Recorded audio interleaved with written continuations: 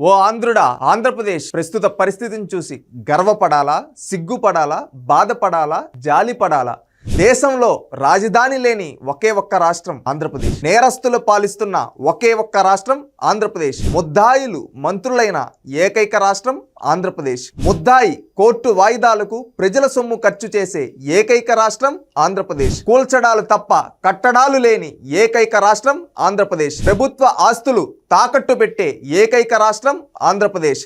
చట్ట సభల్లో అర్థవంతమైన చర్చ లేకుండా బూతులు మాట్లాడే ఏకైక రాష్ట్రం ఆంధ్రప్రదేశ్. గుంతలు తప్ప రోడ్లు లేని ఏకైక రాష్ట్రం ఆంధ్రప్రదేశ్. అప్పులు తప్ప అభివృద్ధి లేని రాష్ట్రం ఆంధ్రప్రదేశ్. దేవుడి డబ్బులు, దేవుడి తలనీలాలు అమ్ముకునే ప్రభుత్వం ఉన్న ఏకైక రాష్ట్రం ఆంధ్రప్రదేశ్. రోడ్డుపై ఆడపిల్లను హత్య చేస్తే మాట్లాడలేని ఏకైక రాష్ట్రం ఆంధ్రప్రదేశ్. వలువల వలిచి వ్యాపారం చేసే కొన్ని మీడియాలు ఉన్న ఏకైక రాష్ట్రం ఆంధ్రప్రదేశ్. చిన్న పిల్లలపై జరిగే అత్యాచారాలకు చెలించని ఏకైక రాష్ట్రం ఆంధ్రప్రదేశ్.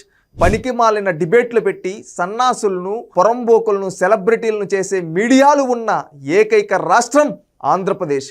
దేవాలయాల సొమ్ములు దోచుకుంటూ ఆ దేవాలయాలనే కూల్చే మా గొప్ప నాయకులు ఉన్న ఏకైక రాష్ట్రం ఆంధ్రప్రదేశ్.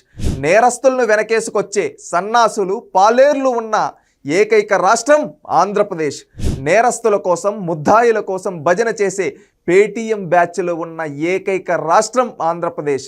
దానం చేసేవాడిని దుష్టుడిగా, దోచుకు తినేవాడిని దేవుడిగా ఫీల్ అయ్యే గ్రామ సింహాలున్న ఏకైక రాష్ట్రం ఆంధ్రప్రదేశ్. పరిపాలన వదిలేసి సినిమా టికెట్లు, చేపలు, మాంసం అమ్ముకోవాలనుకునే ప్రభుత్వం ఉన్న ఏకైక రాష్ట్రం ఆంధ్రప్రదేశ్. ప్రశ్నించేవాడిపై తప్పుడు కేసులు పెట్టి భజన చేసేవాడికి మంత్రి పదవులు ఇచ్చే ఏకైక రాష్ట్రం ఆంధ్రప్రదేశ్. దొంగలకు, పొరంబోకులకు వత్తాసు పలుకుతూ గర్వంగా ఫీల్ అయ్యే గ్రామ సింహాల ప్రచార వ్యవస్థలు ఉన్న ఏకైక రాష్ట్రం ఆంధ్రప్రదేశ్.